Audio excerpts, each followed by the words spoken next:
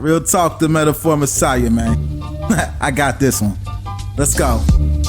You ever seen the morning star? Mr. Metaphor Messiah, back to show you who we are. I represent a legacy, a pothead like the 70s, a different kind of mind. They say we only speak in melodies. Legend in the game, I think I found a solution. Got a crazy kind of flow, I need a verbal institution. Monster on the mic, I feel like hip-hop then adopted me. You pussy niggas shook, you let them turn this to a mockery. I give a fuck about their recognition. I'm trying to spit the fucking truth, somebody get the message. These politics, they overstate the obvious. They shooting like Stoyakovich, it's war on every continent. Deeper than you know, I'm what you hate if you the government. Young black with heart, I put a hex on the establishment. Niggas playing patty cake and I was trying to regulate. A lot of them I emulate, but none of them I demonstrate. Hip-hop will never need a eulogy. They give us 10%, they trying to take away gratuity. Work for what you want, I learned that from fucking Aubrey. And she ain't never lied, I told her this was nothing new to me. This must be everything I'm dreaming. I wake up, my superstition say the government been scheming. Here we go, I roll up, they say the city lights is feeling me. My girl, she super real, she think that ain't nobody cool as me.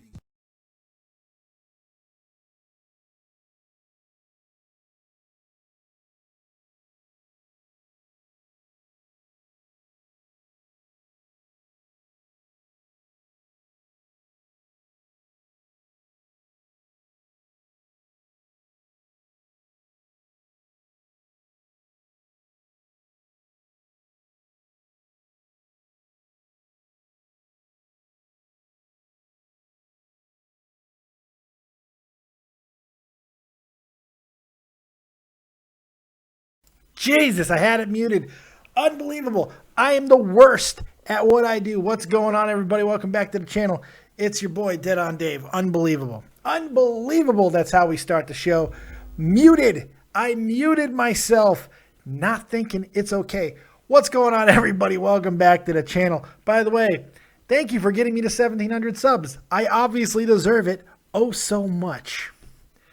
Thank you very much for joining us right here once again. It's NXT Live Best of Show. That's right. We're going to talk about everything that happened great in NXT in 2015. Now, yes, there is going to be a show a little bit later on. NXT, it's going to be part 1 of 2. Corey Graves and Richard Brennan are going to have all of the best moments of NXT this year, and that's fantastic. But since I watch all those matches all the time anyway, there's really no point in staying up another 4 hours to do that and then a subsequent review. So let's just go ahead and do it now. You're here. I'm here. Let's do this. So yeah, you know, that's what it comes down to. Let's just do it now, have some fun. And I do apologize for once again muting my goddamn microphone. Oh, God, I do that. I haven't done it in a little while, actually. But hey, I don't plan to be the best in the world. Well, actually, I kind of do, don't I? Anyways, I hope you guys are having a fantastic night. New Year's Eve. We're about to get into New Year's Eve. We're going to have a great time tomorrow. I'm going to be live tomorrow as well, getting toe up, and you guys can join me for that and have all kinds of fun while I'm doing my thing, and you guys can do your thing as well. All right, let's get into it, man. NXT this year, man. This has been the year that NXT really did blow up. And if you want to get your thoughts on NXT, go ahead and call in on Skype at davidvancura, DAVIDVANCURA, or use the number 702-751-2902. Go ahead and call in, get your voice heard. Love to hear from you guys, like always. And let's get right into it. Let's start the show, shall we? All right, so when you're talking about the best of 2015 in NXT, you got to kind of start with the ladies, because as good as all the men were this year, and they were great in the tag team division and everywhere else, the men were great. The women were transformational. The women in NXT this year showed that NXT, or that women's wrestling rather, is not only alive but viable as an individual market. It can headline its own pay-per-view and people will watch, because these women down in NXT are absolutely some of the most talented women you're going to see on this planet, in between the confines of a squared circle, plain and simple.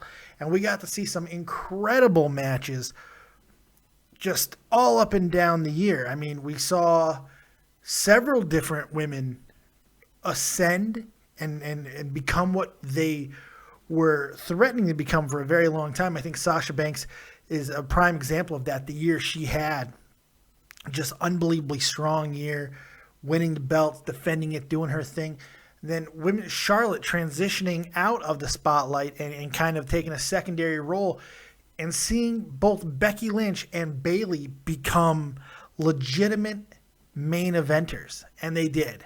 Bayley is probably the best of the 4 horsewomen. I mean, when it comes down to it, Bayley might be the best women's wrestler on the planet right now, outside of Asuka.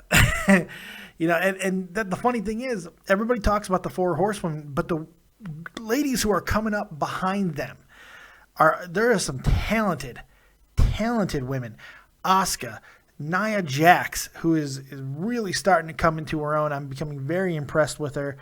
Yes, there was a very polarizing match she just had with Bayley, but Jesus, has she done incredible work, I feel, especially in that match with Bayley. I was unbelievably entertained. I thought it was a very good job. Then you look at some of the other women. You look at someone like Alexa Bliss, who has taken huge strides in not only developing in the ring, which I think she's done quite a bit of, but as a character.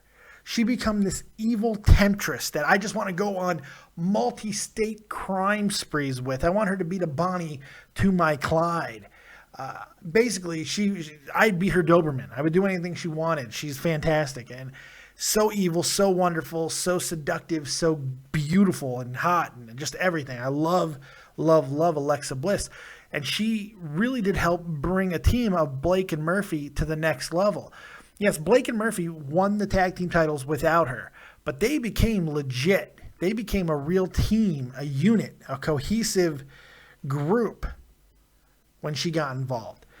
They do a great job. They work off each other well. And, it's Blake, I believe. No, it's Murphy. I think Murphy is tapping that. So good job, Murphy.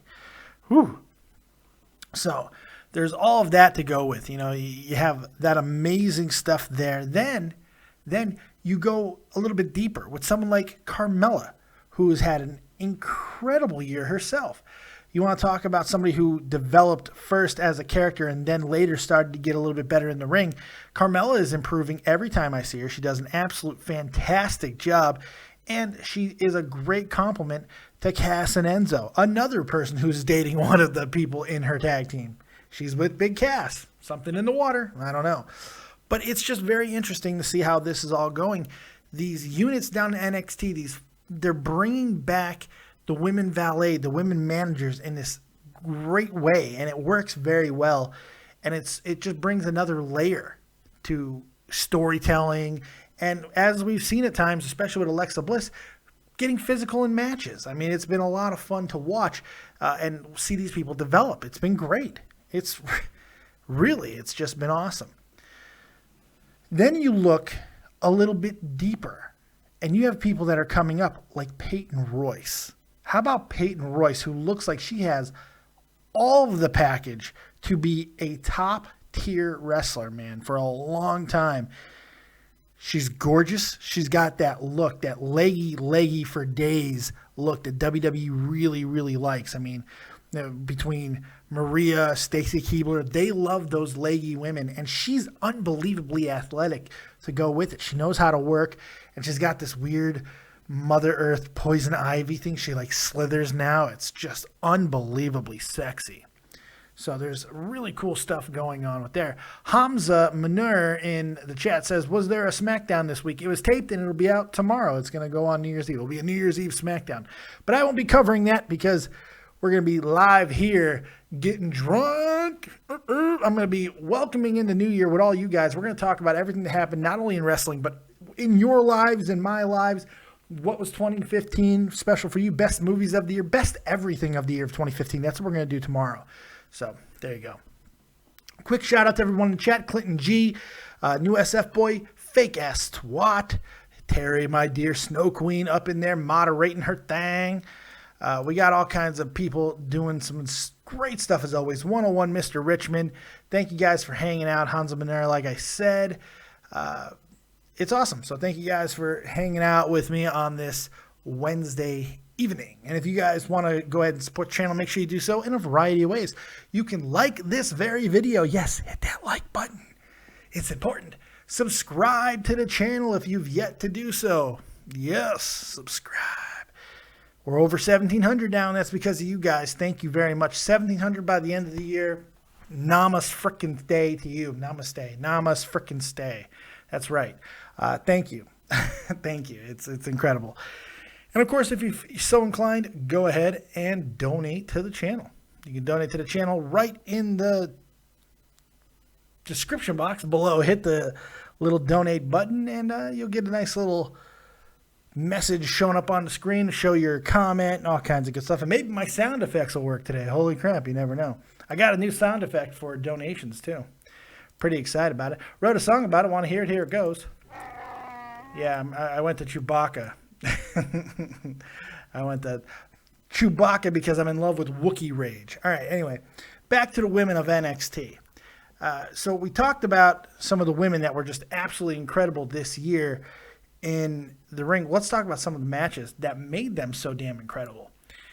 Obviously, you got to start with Bayley and Sasha Banks in their series of matches that they had, but most notably the Brooklyn and NXT TakeOver Respect matches. Both of them incredible.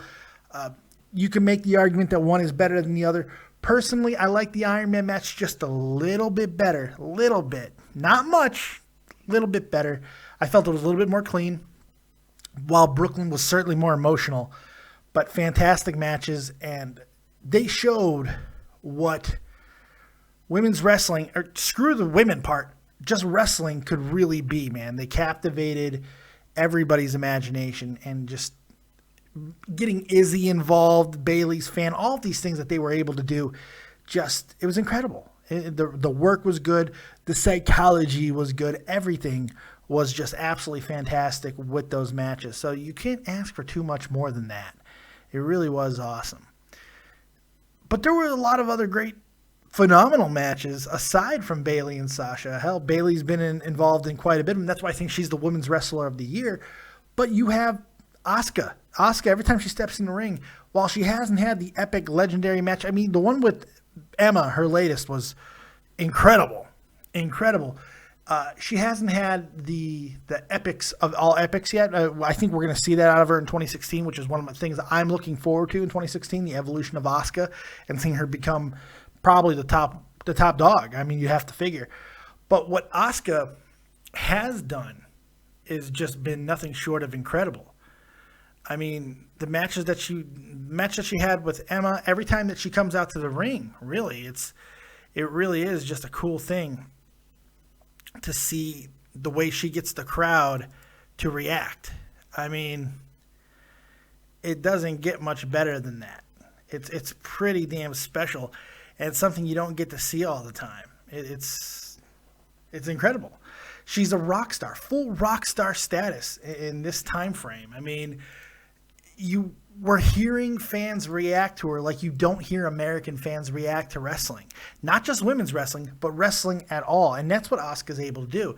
She's this transcending force that just makes everything feel amazing and real and brutal. And I mean, you don't see things like she does. And it's incredible. So great job by Miss Asuka. I'm having internet issues like a mug. I'm having problems with my stuff. All right. So I'm pretty excited with all of that and much more. So we'll see what happens with the ladies. So I ask you this, and I didn't even talk about Emma and Dana, really. I mean, two other women's who should be doing a lot of really, really great stuff moving forward. Dana, I don't know if Dana is going to develop. I have no idea. But Emma has rebuilt herself into something really, really special. I mean, super special. So those two are exciting. And I guess we got to talk about Eva Marie. Eva Marie, you know, she has the heat that you want to see somebody have, a top-level talent have. But the question is she ever going to become the in-ring worker that she's going to need to be to keep up with all these other women around her? Look, Eva Marie 3-4 years ago would be perfect. We wouldn't even be asking more from her because she'd be right about on par with a lot of the top level women that you see in WWE currently. You know, she would have been right at home with Summer Rae and Rosa and Layla. She would be fine with them. I don't think that, you know, her drop off was not that much more from them, to be completely honest. But now with these women that are up there, you got to step your game up now. It's a different world. It's not the same thing at all. You've got to bring it. You've got to be different. You've got to be better. You've got to show everybody that you're not a joke. And I'm not sure if she's going to be able to do that, but I'm not giving up on her. I don't see the reason to do that. I think that she definitely has ability. She has a good look. She's not completely hopeless, you know. We'll say that. I don't think that she's hopeless at all. What the hell is going on with my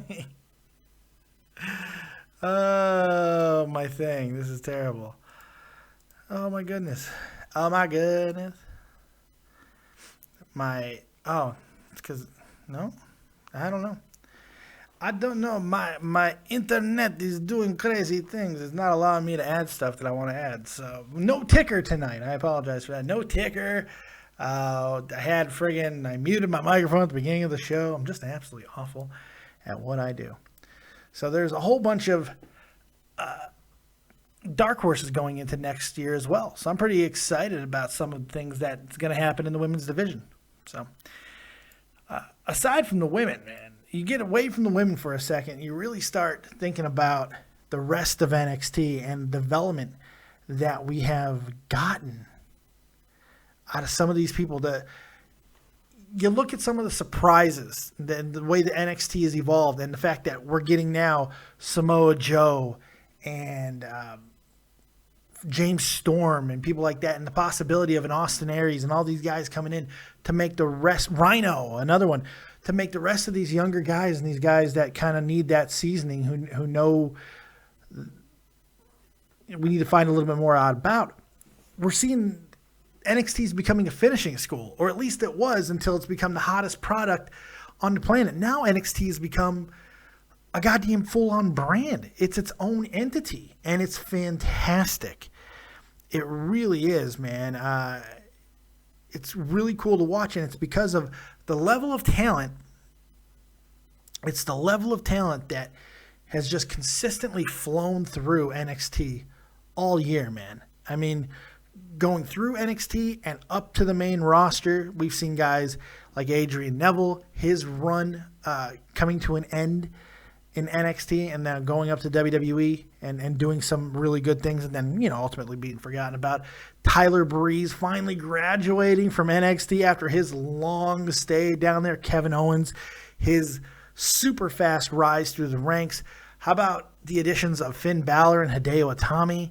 I mean, these guys, what they've been able to do is just absolutely blow the doors off of NXT, and it just doesn't seem like it's stopping. You know, the talent is continuing to just flow through NXT. I mean, we got Apollo Crews now. Baron Corbin finally showing the potential that NXT seemed to have had. It's in him for so long. We've seen guys like Jason Jordan, who's been around forever and a day, finally get that missing ingredient in Chad Gable. The great thing about NXT is the fact that it has every style of wrestling that you could ever want to see under one roof. And it all mixes in this fantastic way with no bullshit. It's all easy storylines to comprehend. There's no convoluted general manager nonsense. You know, it's everybody's tolerable. I mean, JBL's been GM down there. William Regal is a fantastic general manager, but whoever is a general manager never takes away from the talent, which is something that we've seen quite often on the main product. Hell, a couple of weeks ago, Vince McMahon made a return, and he helped Roman Reigns become over with a very hostile crowd. And by the end of that night, Philadelphia and most of the rest of the wrestling audience was begging for Roman to become champion. But what have they done since then? Stephanie and Vince have thrust themselves into the spotlight and made everything about them and have taken away from Roman Reigns' rise. They heard him this week. Roman Reigns not being on the show that much as the WWE champion and making it more about Vince getting arrested, it's exactly the reason why we have so many issues with that product. NXT doesn't have that problem. NXT is not about ego. It's about wrestling. It's what it is.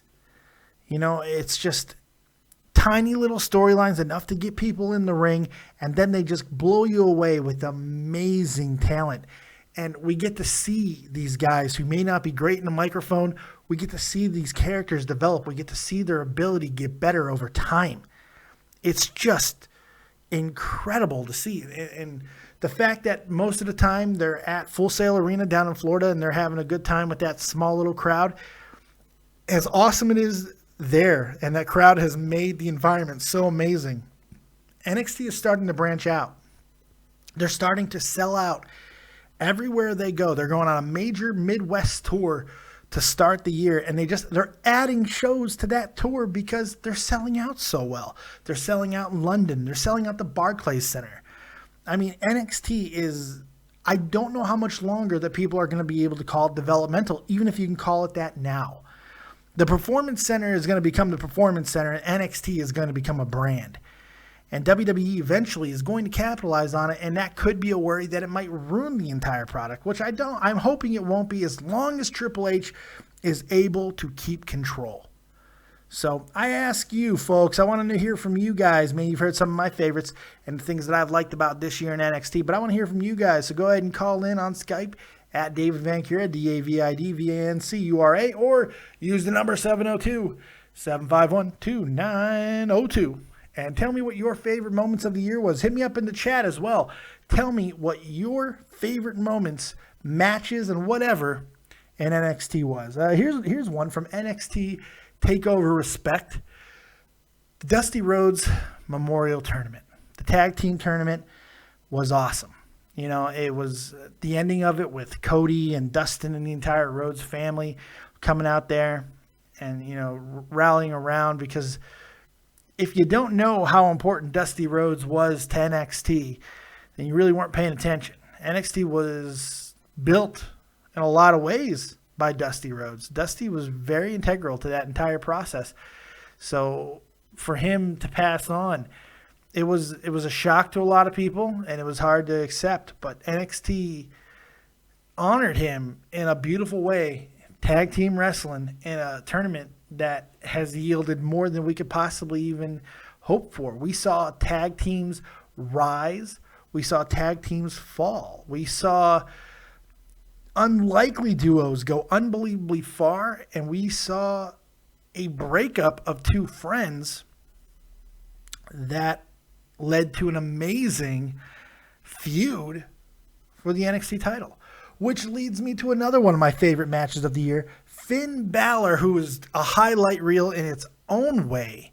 Finn Balor and Samoa Joe. Samoa Joe coming to NXT was a shock in its own right. I mean, the fact that they were able to pull that trigger, and not that they were able to, but the fact that they did, really showed me a lot about the direction of NXT. And Samoa Joe's been a success. We've seen a trim down a little bit. He's in better shape. He looks refocused. He looks like he cares. He looks like he wants to be there, and he's all about helping everyone around him. He's a big reason why Baron Corbin is where he is right now. I think that feud with him and that pairing with him has really, really helped him a lot. And then kind of just having these matches with Finn Balor, giving us a glimpse of Finn Balor on the main roster because Joe's established. Joe's the real deal. He's legit, you know? And I think everybody knows and respects that. And so is Finn Balor in a lot of ways as well. But we've seen a new evolution of Finn as well since he's come over to NXT. We've seen Finn grow a lot, and it's been just amazing to watch. So to see those two lock it up at NXT TakeOver London and in just an absolute slobber knocker of a fight, it was great. It was so much fun to see, and it was one of those moments that I died over. I thought it was great. Finn Balor had another amazing match, Kevin Owens' ladder match, which technically was on a WWE live special, or was that? Yeah, it was Beast in the East, but it was still for the NXT title. So for me, that's an NXT match. That's an NXT match. That was incredible. Touched on it a little bit, but moving out from there for just a moment, the main title picture. How about the tag teams this year? NXT has been successful for a lot of people because of its development of women, and it's the resurgence in the tag team division. We've seen multiple tag teams go up to WWE over the past year. Granted, not a lot of success there with the Ascension. The most dominant tag team in NXT history have gone up and completely laid an egg on the WWE. But the Lucha Dragons have done an amazing job. And I think we're going to see more tag teams go up in 2016 and start a tag team revolution up in the WWE. That is if they're smart. But I have a feeling when they look at teams like Jason Jordan and Chad Gable, as much as we all know that Chad Gable is a huge reason, if not the biggest reason, for that team's success, they see dollar signs on Jason Jordan. Plain and simple. And I don't know how long they're going to keep him in a tag team with Chad Gable. Chad's going to have to do his thing and really get over as a wrestler because Jason Jordan, they see big things for him. I guarantee it. He's got the look. He's got the athleticism. He's got the aggression. He is a prototypical WWE superstar. And it's not going to take long for the WWE to really try to get him on his own.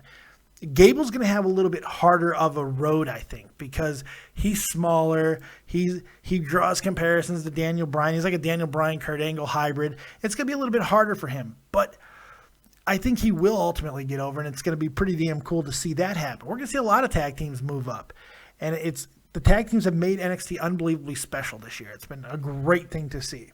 Joining me now, Too Tall, my man from XLT Live Podcast. Too Tall, what's going on, buddy? Hello, Dave. What's up? What's up, partner? Not much. Just got off work, saw you were live, and I was like, I'm gonna go hang out with Dave for a little bit. Sweet. No one's called in. I was gonna end this train wreck. No one's called in. Well, why not? Bunch of jerks. I don't know. Dicks. Dicks. I forgot to unmute myself again at the beginning of the show. Oh, yeah. Yeah. Classic. Might as well be using Google Hangouts at this point, Dave. You're going down that road. I'm telling you. People can just pop in and say, hey, how you doing? I decided to go live early because I was not going to stay up for NXT tonight because I watch all those matches all the time. You know, I know what's going to be on there basically. And so go live. Well, there is no matches tonight. There's nothing tonight. It's a NXT tonight. NXT tonight's like the best of. Yeah, it's part one of best of. Yeah, that's what I'm saying. Yeah. That's why I was like, I don't need to stay up 4 more hours to do that show. I can do that show now. Right. True. You know. Very true. I can do that show right now. So perfect. I don't have to stay up 4 more hours. Screw that.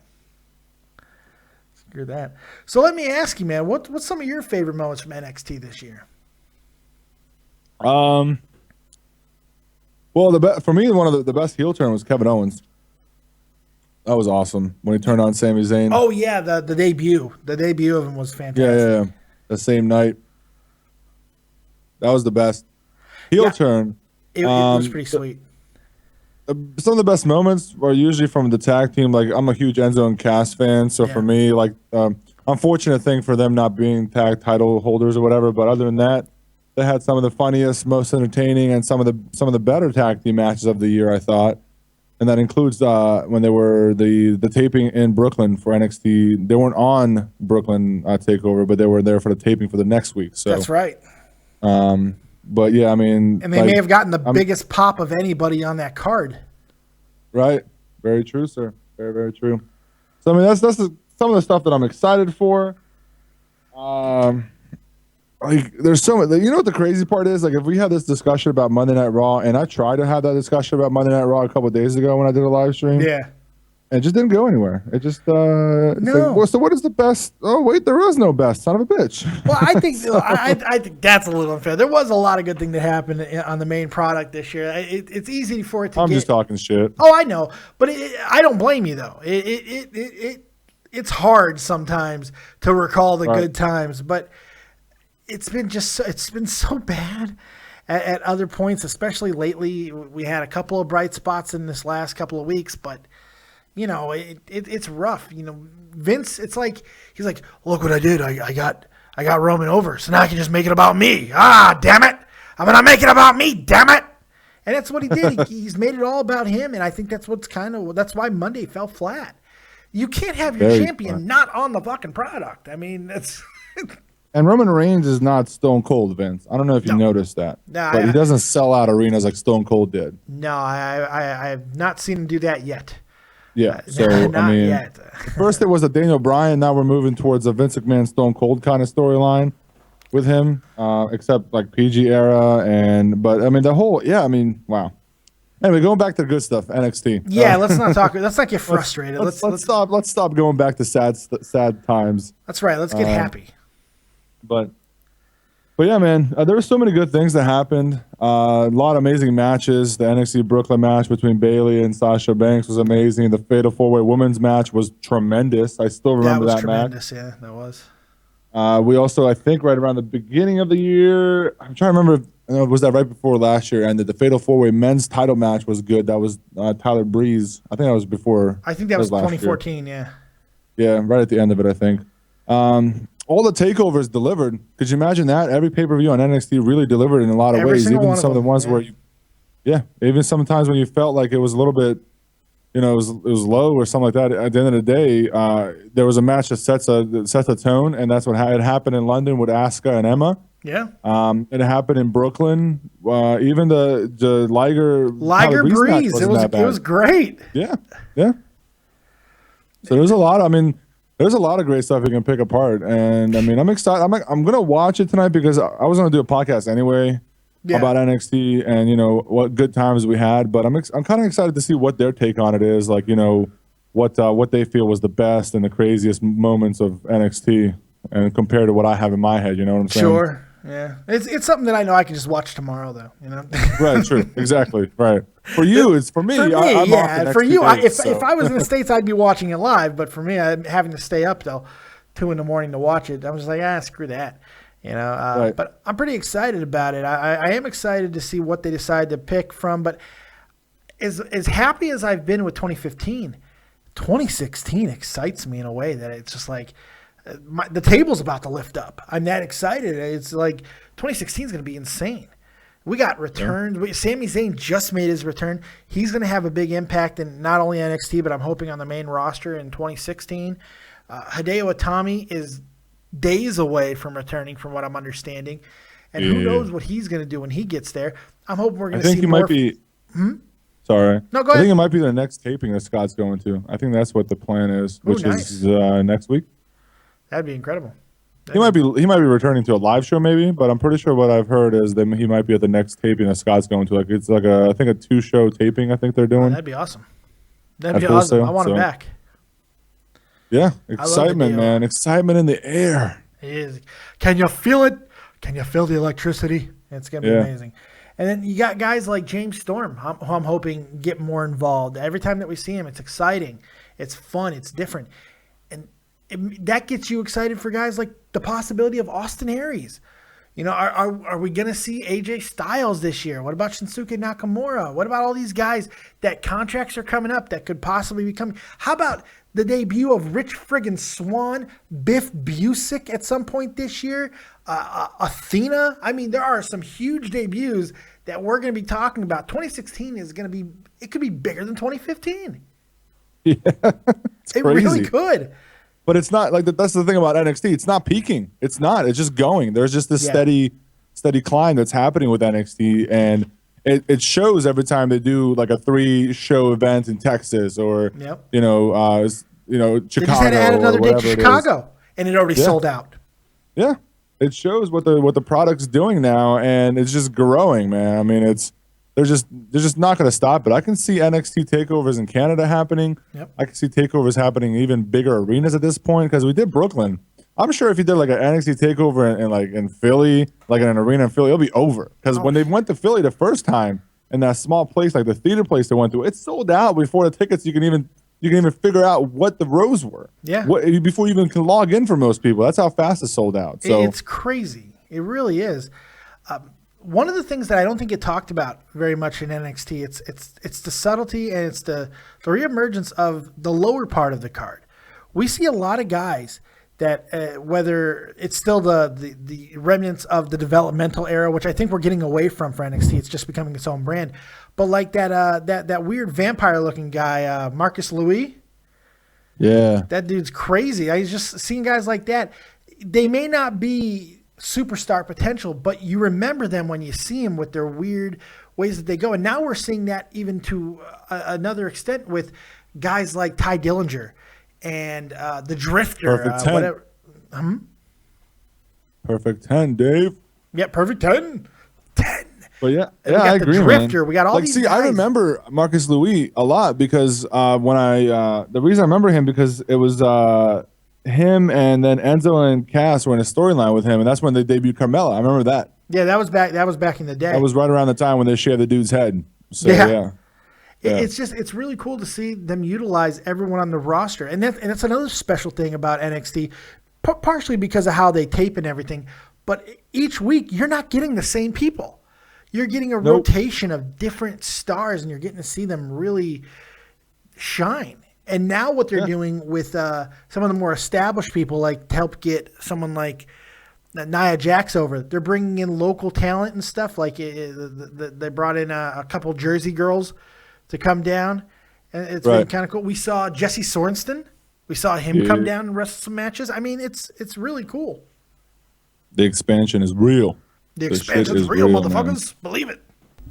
It's a brand. It's like a lot of people still look at it as developmental. Like when I talk to people sometimes, that developmental NXT thing. Have you watched it? Is the question? Like I told my supervisor today, like if he never watches NXT, I'm like, dude, just go to the network and watch the highlights. And if the highlights don't grab you, then you're watching the wrong product. Sure. You should go watch TNA or something because I don't know what else is left for you. Especially if you're unhappy with the main roster. Yeah. NXT is the sole reason I pay $10 a month, and it was for a while. For a while, it was really. Now they have Breaking Ground and stuff like that, which is still around NXT.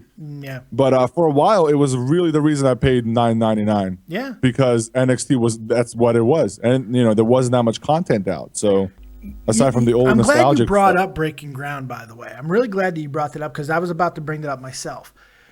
Breaking Ground might be one of the most important tools that the WWE's had in a long time because what it's done, and I think it's a really subtle way, it is showing a difference between the Performance Center, which they reference all the time as the PC, and the NXT roster. There's a divide. There's a difference between the two. We see all the people who are hurt go back to the Performance Center just trying to work their way back into the rotation of being on the NXT roster. So there's they're creating separation between the developmental and NXT because NXT is becoming its own brand. They're still considering it maybe the minor league for WWE, but I don't think many of us are considering it that way. No. Especially, man. Especially when they killed, when they were up against like TLC and other, pay-per-views, like actual main event pay-per-views, and they destroyed it. And all anybody was talking about that last year's TLC, not this past one, the last year before this one. All they were talking about was the takeover that they had before TLC. Nobody cared about TLC. They embarrassed SummerSlam this year. They embarrassed. There's embarrassed a number 2 or number 2 or number 3 pay-per-view for WWE. The number 3 pay-per-view of the year. They embarrassed them. But just ran them out of the building. Yeah. They couldn't follow what they did the night before. I mean, it was crazy. I honestly think if they incorporate NXT, which they should at this point, it's its own brand, into WrestleMania, that it's going to WrestleMania is going to get higher ratings than it's ever gotten. They need to have a match. From people. I don't know at least one match. At least one match. A title match. And you know what? They should have 2 title matches: the women's title and the NXT title on the line at WrestleMania. I don't care if it's the first hour. I mean, the show's 4.5, 5 hours long. I don't care. Put them in the first hour. Put them in the pre-show. I don't give a shit. All the people's going to talk about is the pre-show. The first step for the women might be the pre-show. As much as they're up on them, that's a good step.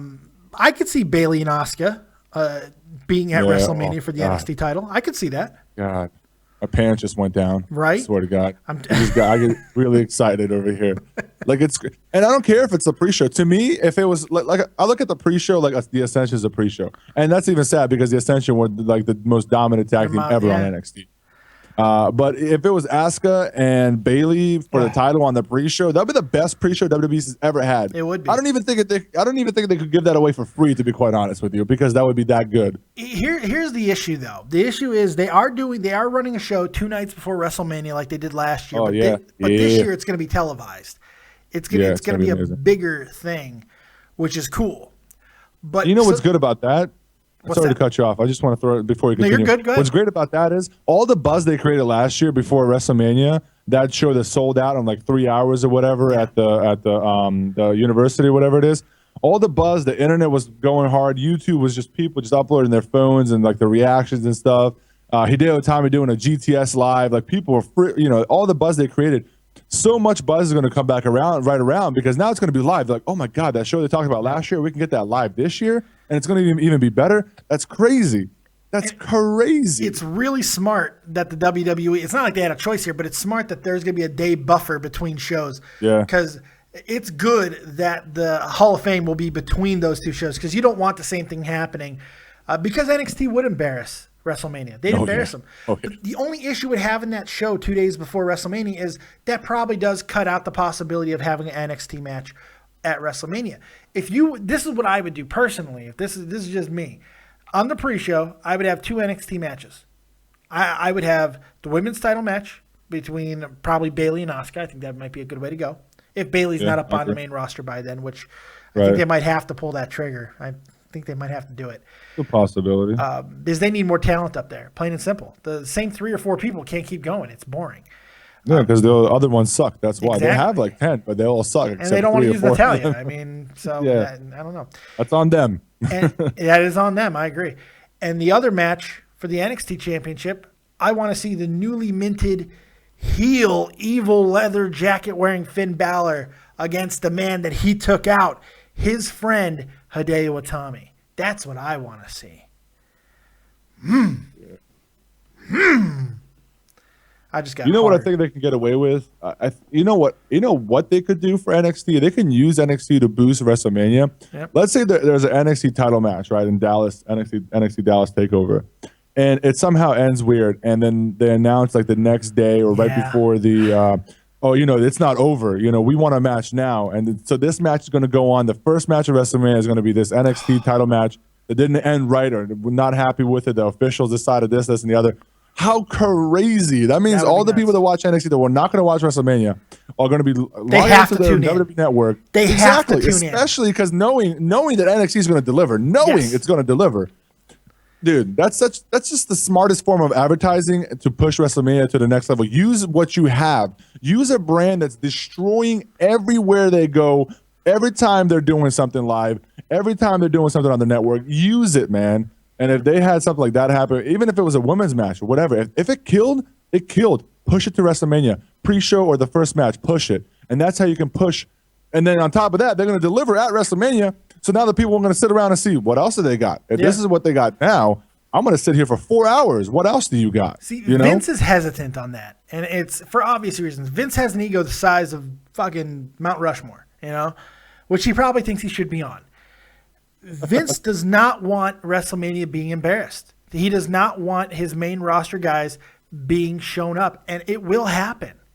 If that NXT match that we're talking about opens the show and it's mind-blowing, and then the next match is Dolph Ziggler and fucking Rusev, or something, they're going to get booed. They're going to get booed. It will set a bad. So that's my issue with having it happen. But eventually that shit has to stop being excuses, and they got to start booking things properly for the shows that they're having. It has to stop being a fucking reason why to hold back some of these guys because they might embarrass. They might show up the rest of the roster. Are you fucking insane? What are we talking about? What are we talking about? It makes no sense to me. I just want to throw this out there because I think, one, I know SF Boy is trolling because that's his job and he's obligated to troll, I guess. First of all, bro, Hideo Itami did the GTS first. Yeah, I want to throw that out there. I just want to, that's just a little bit of a wrestling history for you, whether you want to troll or not. And I know you're trying to troll, but I just want, for everybody that's watching, CM Punk did not invent the GTS. No. Just want to throw that out there. CM and I Punk love is CM on Punk. record. CM Punk and Daniel Bryan are both on record that their movesets are heavily based off of Hideo Itami. They're both on record saying it. Sorry, bro. Sorry to ruin your life, but bye, Felicia. Or not, or whatever. I just want to like give you fact. I just want to give you real shit. Like that is a real truth to it. Yeah. But you can go ahead and continue trolling, and I'm going to ignore it. Thank you very much. He does have a question, which is kind of a troll thing, but I think, or he might be asking a real question. I don't know, but earlier he asked, do we think that Ricochet or Prince Puma will be in WWE? He's got a 7-year point? contract. Yeah, he's got it's like a 10-year thing, isn't it? Yeah, it's fucking long as shit. I mean, unless Lucha Underground goes down and somehow his contract gets bought out by WWE or some weird like WCW shit, which is not going to happen. He's got a long. He's their like their prize guy right now, and aside from Johnny Mundo or whatever. Yeah, so believe me, WWE will probably. I'm sure WWE are kicking themselves. They've tried. They had him. Yeah, they had the opportunity to get him, and they let him walk. And he goes to Lucha. And he's the bright spot. He's unbelievable. Destroys everything he's in. And he's still young. I don't even watch Lucha like that. I know. Here's the crazy thing. I could give two fucks about Lucha. I don't have enough time. Maybe production, whatever. I don't care. The wrestling that happens in the ring is amazing. I have full-time job. I have all this shit to do. WWE is what I'm investing my other time into, the other time that I have left or whatever throughout my day. But I know this for a fact. That dude is not a joke, and WWE fucked up. They got a few guys over there who can really go, legitimately go. But I'm sorry. Everybody who tries to convince me and convince other people that everything that fucking Lucha does is incredible, it's just my head explodes. My head explodes. I don't think it's incredible. They have their moments, but I just don't think it's they have their moments. Ultimate Lucha was the fucking shit. Most of it. There was still some bad stuff on Ultimate Lucha. But it was great. But until they killed a guy in back. Then they kill a motherfucker.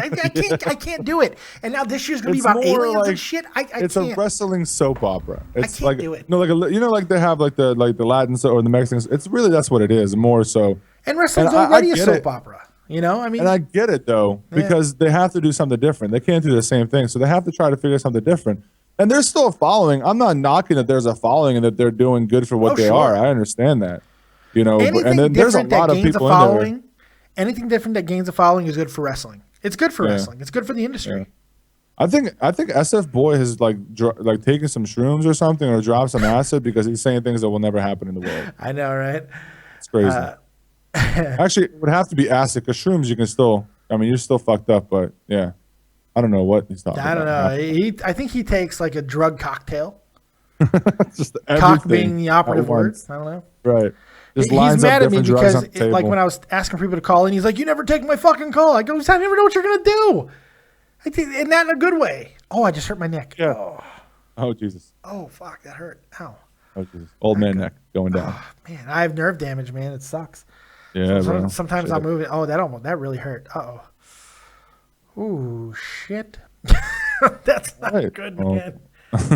Oh. What is with this cat licking the ice cream? Yeah, it's a GIF I really like. I missed something? I don't like it as much as I love Steve, who is now on your screen now, Steve. He's awesome. Steve dancing is still my favorite thing in the world. Look at him go. You can watch his soul dying. It's incredible. But this cat eating that goddamn ice cream is pretty damn incredible. Yeah. Watching a cat get brain freeze, come on. How good is Great. that? It's pretty good. It's pretty great. He also, well, SF Boy has some interesting things here that don't even understand. I don't get it. I just don't understand, man. It's almost like he has Tourette's or something. Yeah, he has like chat Tourette's. He doesn't have a line. He's got the shit just pops out, like his hands do this weird. The finger just hit real weird shit, and He's just got comes diarrhea out. of the mouth. Someone get him a mouth diaper. Get this Whatever. man a Everybody's diaper. got their own opinion. Some people just are here to troll, and that's how it works. Oh, I'm fine with Whatever. that. I don't give a shit. Yeah. Thanks for the view. Right. Thanks I for sticking give a around. fuck. And what you're also doing is boosting the chat rate. So Yeah. thanks for that. Thanks for helping my numbers, People kid. don't understand that. People don't get that. That you're every message you type in is boosting chat rate, which makes this even better. So thank Yes. you so much. Help me go up in the search Good. category. And Right. shit. Thank It's you. all an algorithm at SF Boy. Every time you say anything, it boosts the chat rate. And the more SF chat Boy, rate I his channel like gets, SF Boy. I don't have a problem with his trolling. Because I know he actually likes it here. He's not he loves trolling it. me. He just he trolls. loves it. He's just trolling everybody else. He doesn't really Right. fuck with me, you know. So I like SF Boy. He's all right. He's not so bad. Sod Villa, man. He's all right. Oh, he keeps coming back to me now. He's on me now. Oh yeah, he's got a he's- million channel. He had to start like making like screen name after screen name because Terry keeps blocking him. Yeah. He's on me now. And then I have this other kid, Cody, who thinks I hate Roman Reigns, and like I personally hate like John Cena like killed my sister or some shit in front of me. Like that's how much he thinks. That's how much he thinks he thinks that I hate him. But I just don't answer his phone calls because I know it's bullshit. That's why. And then John Cena, he grabbed my Yeah. sister and he put her in the STFU. They don't even call it that anymore. It sucks. It's kind of cool when it was the Bye, FU and the Tutal. STFU. I'm gonna read this comment. Bye, Tutal. I eat-hearted because I'm telling him with facts. Dumb ass IWC fans. Oh boy, Buddy. Wait, what's the IWC again? the Internet Wrestling Community. Oh shit. Oh, okay. Yeah. Oh, did not know that was the acronym. the acronym. Yeah. See, that's how much I'm not part of it. I don't even know what the fuck that. I know I've heard YWC, like YouTube Wrestling Community, I think. Is that Yeah, correct? That's correct. I've heard that. But I could give two fucks. I think I ran into like a video once when people were bitching like this YWC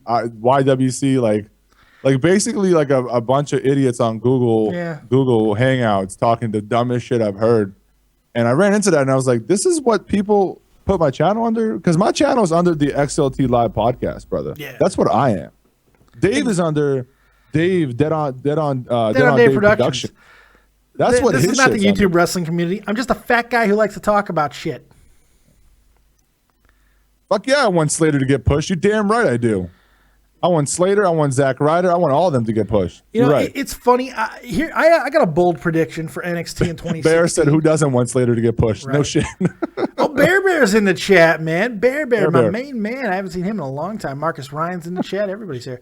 I got a bold prediction for 2016 for NXT, by the way.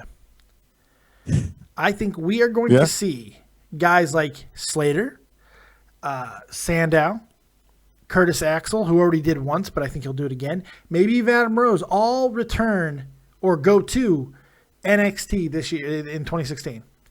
And hopefully Ryder's there. Ryder's there, and Ryder's about to come back up. Him and Mojo Rawley are probably right on the verge. Yeah. So maybe not so much after their London showing where they basically got booed out of the friggin' building. Yeah, it was bad. God, that was bad. Yeah. But I like the Hype Bros, man. I like Mojo. He needs to tighten it up a little bit in the ring, but his gimmick is good, and he is hype as shit. That's his thing. Yeah. I mean, before he got injured, he was having a decent mid card type of showing in NXT before he got injured. That shoulder injury that took him out. But But I think that's a really good thing that we're talking about all the guys who can come into NXT from the outside, all the indie guys like AJ Styles, is Ricochet, is Shinsuke Nakamura, is Austin Aries. Right. But the WWE has quite a few guys who could really benefit from coming out of the main roster because they're not getting used anyway. Swagger being one of those guys. If they're not going to get released from WWE or they're not going to re-sign, whatever the case may be, why not send them down to NXT? Cesaro did it and had amazing matches with Sami Zayn. You know, I think the WWE missed an opportunity, and maybe it was just a little bit too early when he left. But how about Justin Gabriel? Justin Gabriel could have went instead of leaving, and it was he just straight up quit and asked for his release or whatever. But they should have said, "What about NXT? You don't feel like you're getting used enough up here. Why not go down to NXT?" Well, he did. Yeah, I know he did, but I mean, a couple times, but he was there to job out. Which is bad. I mean, go there and become something. I would love to have seen him down there.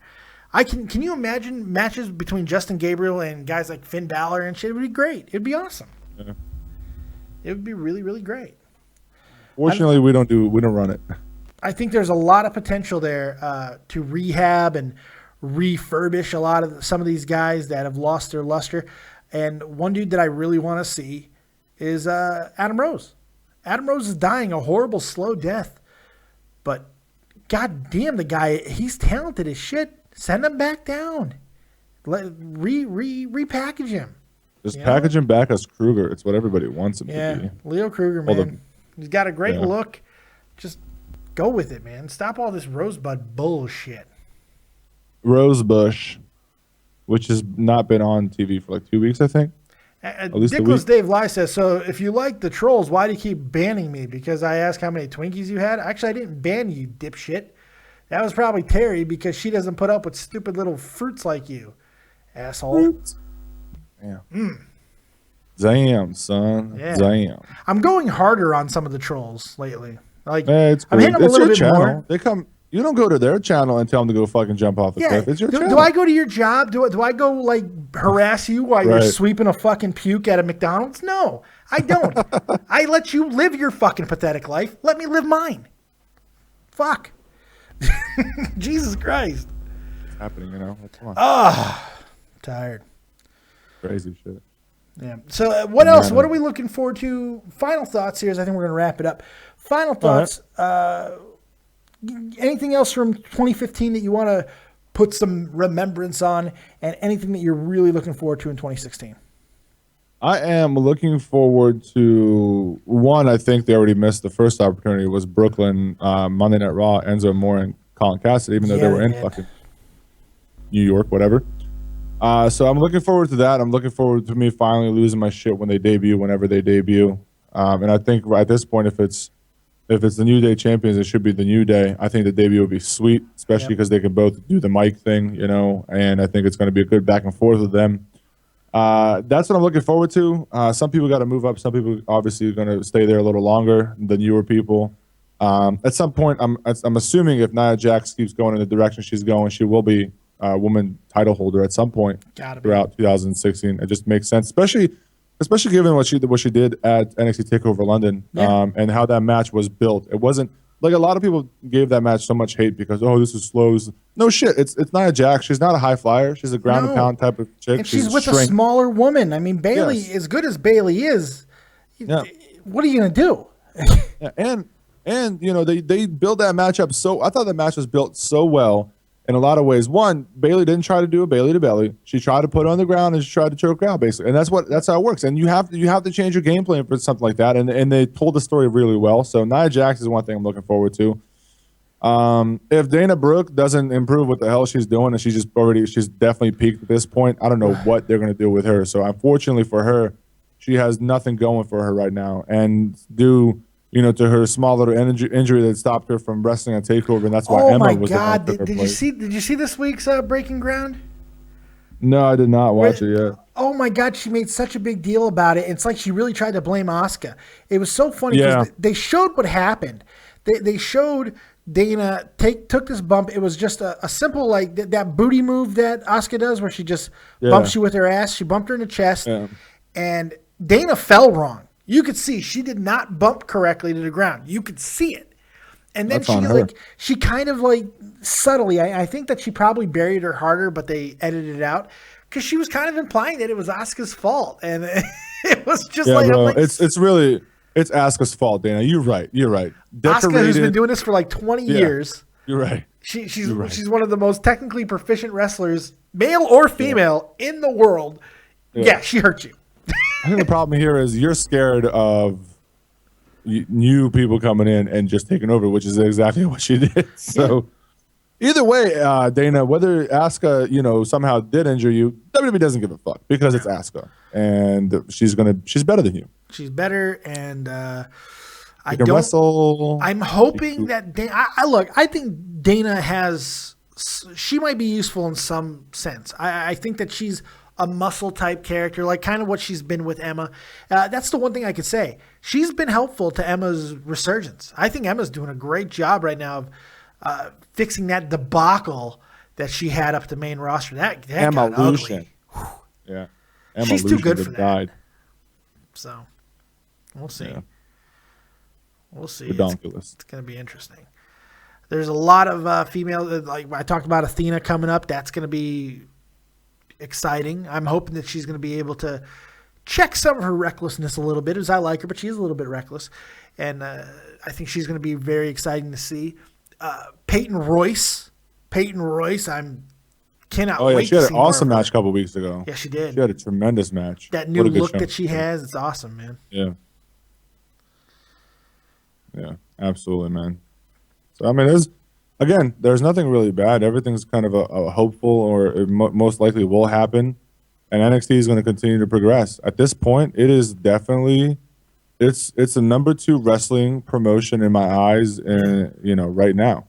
As far as, and I get it, New Japan and wrestling, I understand what people come, but like as far as exposure and what they are able to do from where they started last year, for the most part, like almost year and a half from where they were to what they have been able to do, NXT is definitely the second biggest promotion as far as people knowing who it is, people knowing the wrestlers there, and selling. Like they're selling. They're not just selling shows and people are getting disappointed. They're selling shows and people are I want more. Like I'm guarantee you people have this thought in their head when they watch NXT Live, like, where can I sign up for another ticket? Like where are you going next?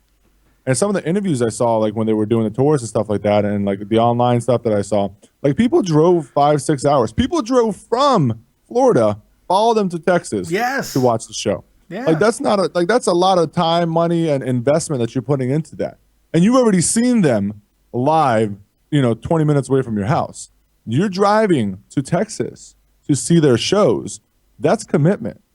NXT TakeOver London, when they did some interviews, people were fucking flying over from the States, flying over just to watch them at London.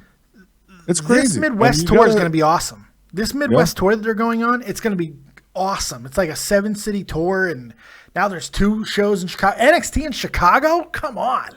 It's going to be incredible. Tremendous. I'm very excited. I mean, the future is bright as fuck. It's going to be a hell of a year. I think that's the best way to close it out, man. It's going to be a hell of a year. Hopefully WWE can keep pace, and do some good things in the upcoming year. By the way, I want to close on this. I do want to close on this. I'm starting to read, and I want everybody to eat a big shit burger as I say this. About 2 weeks ago, I did a fantasy booking, which I'm starting to do on episodes of fantasy booking, where I talked about and gave a whole lot of reasons for Brock Lesnar and fucking Kevin Owens. Yeah. I said Kevin Owens, they're going to start building him in like a psychopathic type of nature, and he's going to be a little bit more edgy, and he's got the prize fighter angle and all of this, and that's going to lead to him and Brock Lesnar. Well, I've read 7 different articles today talking about, more than likely, guess what the next big feud for Brock Lesnar is going to be when he returns? Motherfucking Kevin Owens. Now, I don't like to say that I had that, but I think I had that. You know what's funny? People reacted weird, like what they talked about Kevin Owens and Lesnar. People reacted weird Monday night, like when Kevin Owens lost. They're like, "Oh, there's no way they're going to feed Lesnar." I hated Kevin, that. I love the fact that he lost. Yourself, dude. You don't know shit. As a matter of fact, him losing was probably the best thing that happened to him Monday night. because he was the MVP of Monday Night Raw. Yes. He destroyed it. He put on a different level of what he can do. That's the Kevin Steen shit that you didn't get to see in the first year. And now you're getting to see a little bit of different side of Kevin Owens. That's that Kevin Steen shit that you didn't get to see. So for all you people out there, before you open your fucking mouth, understand that shit develops. You don't get something in 5 minutes and think, oh, well, this is it. This is it. Shit has to develop. I had a couple people. Somebody like Kevin Owens, who's developing well, is going to be a huge star for WWE if this continues. Huge star. I had a couple people who came in here was like, having him lose in 30 seconds to Neville is a disgrace. And I go, you know what, man? I go, think of it like this. I'd much rather him lose to Neville in 30 seconds through a fluke roll-up like that and then have him freak out and beat the shit out of Neville the way he did and hit that amazing clothesline than them have a 15-minute match and Neville beating him legitimately. That's a burial of Owens. What we saw from Owens on Monday was a goddamn elevation. And it was awesome. Yep. It was awesome. Yep. He was the MVP. He was the MVP. And I'm so excited to see where this goes. I want to see this closed out with Dean Ambrose. I think he's going to lose to Ambrose again at the Royal Rumble. And then he'll enter the match. He's going to have some kind of little interaction with Brock Lesnar, who I'm now convinced, because they have not started a storyline for Brock Lesnar for anybody for Royal Rumble. We know he's booked for it. He's going to be there. So now I am 100% convinced that Brock Lesnar will be in the Royal Rumble match. And if he's not going to win it, which I don't think he is, the only other option is for him to be there is to build a feud. And building him and Kevin Owens is going to be the shit. And that match is going to be incredible. It's going to be incredible. That sells WrestleMania for me. Absolutely. It's going to be fucking amazing. People apparently love Shitburger. Apparently they love that. I saw the chat, yeah. They're digging the Shitburger. I don't know. So I kind of took that from Major League, but that's all right. Yeah, fuck it. It's all good. Whoa, now. That's copyright infringement. You said a word out of your mouth. I know, right? Every word is copyright. Somebody owns everything. Somebody owns everything. That's right. Yeah. Thank you so much, Toothall, for joining me here, man. I appreciate it. I know you're going to do your own review of the Best of NXT after the NXT Best of show tonight. So that'll be cool. Make sure you guys go check out my man Toothall over at XLT Live Podcast right after NXT tonight and go show him some love. And anything else? You got anything else for the kids? No, man. Congratulations on 1,700 subscribers. You're 300 away from 2,000. Your channel's progressing really well, and hoping to be there by Mania. I'm hoping to get there by Mania. That's the goal. If not, Mania will probably get you over easily. I'm hoping. That's the goal. That's a big show. Yeah, that's a big show. So everybody, if I get to 2 by Mania, I think 3 by the end of the year is attainable. So I'm hoping. And I got to thank everybody for all the support. You included. Everybody, you guys are incredible, man. And if I haven't said this before, one of the reasons why the channel's starting to grow again and the subs are going up, I really, in my heart of hearts, believe that this man who's on here with me right now, Toothall, from XLT Live Podcast, has brought this whole situation to a whole nother fucking level. And it was me all along, man. Honored to have him on here with me, man. He's absolutely fantastic. So thank you. I am honored as well, as our pants are down and we're touching each other. That's apparently. Right. We're Scott when we need him, so we can just kind of pee on him. It'd be great. Yeah, I know, right? Let's just pee on Scott. I love that guy, man. His reaction's the best. He reacts with just okay, or like oh, like that's just he doesn't have an angry bone reaction in him. It's so funny. He's like, I'll literally sit there. I turned heel last week and I turned him face and like I did the whole thing on the show last week and like people were like, oh my god, Toothall's the heel now, Scott's the face, this is crazy, people like freaking out because I went like I really did some, like I thought it was fun and funny or whatever, so everybody's joining on it. So just them reacting that way made me feel like this is awesome because now there's a different reaction from the chat, which was really nice. So but Scott's funny to me. Like I love Scott. He's an old school wrestling fan type dude, and sometimes I have to like pick it out of him. I want your opinion, so I'm and he's he's like, sometimes he's like, well, I think he's just good. I'm like, Scott, I just asked you for your fucking opinion. I better get better than he's just good. And the people in the chat go crazy about it. It's so when he funny. actually gives opinions, he has good insight. Yeah. I think but getting out of it is getting it out of him. This is all new to him. Yep. Yeah, it's still very, not easy. very new to him. Yeah. It's not easy. This is not an easy thing to do. So it's fun though. Yeah. I love it because I get to sit there and make fun of him. Yeah. And then he makes fun of me because I have this tendency of saying "there you go" sometimes. There you go. So and when he says "there you go," the chat gets into it and they start like hashtagging and going like "there you go," and just making fun of me for it. So I mean, that's his comeback to it. But at the end of the day, I'm still going to continue to make fun of him, and that's what makes it fun, And he knows I'm not being an asshole to be an asshole. He just knows we're just having fun. It's a bit, and this is what this was about. Yeah, this is just fun stuff. It's a bit. If you can't take a bit, get the fuck out. I don't know what to tell you. Yeah. Thank you guys for joining us, man. We had a good time. I really do appreciate everybody who's hung out with us tonight here in the chat. We had a great time. You guys are awesome. And we will see you next time right here on Dead on Day Productions, which is tomorrow night. Oh, by the way, Dickless Dead Air Dave, that was me who banned you this time, Terry. Not Terry, fuckhead. You can blame Terry, but it was me, you little whore. It was me. Yeah, Thanks for coming back and giving us another view. Thank you for giving me another view. I appreciate that. That's incredible. So go ahead and dislike the video, you little bitch. I don't give a shit. Thank you. But tomorrow night, live New Year's celebration with your boy Dead on Dave. I'm gonna be drinking, having a good time. Never know who's gonna show up. Tommy C will probably be here. Matt Kazar is gonna be here. Jeff Huffman, Frenchie Ben might show up. I don't know if this guy here is gonna be off work, but Too Tall. Hopefully, if you can, I'd love to have you. Oh, I'm off the next 2 days. Oh, there you go. There you go. Yeah. So you're more than what you can do the whole damn show with me for all I care. I love having you on. What time are you going? I'm either starting at 4 p.m. Eastern or 5 p.m. Eastern. And I don't know which yet. Either way, yeah. I think I'm doing one later that night, so it's all good. Well, because it's an hour before. If I go at 5, that gives me a whole hour to talk and get blitzed before New Year's for me. So that works. Yeah. So there you go. Thank you guys very much, man. I hope you had a good time tonight. And we'll see you next time right on Dead on Day Productions. Make sure you like, subscribe, and share. Go check out my boy Tommy C over at Shop from the Point. We had a great episode of In the Crease tonight. Go check that out. We had a lot of fun.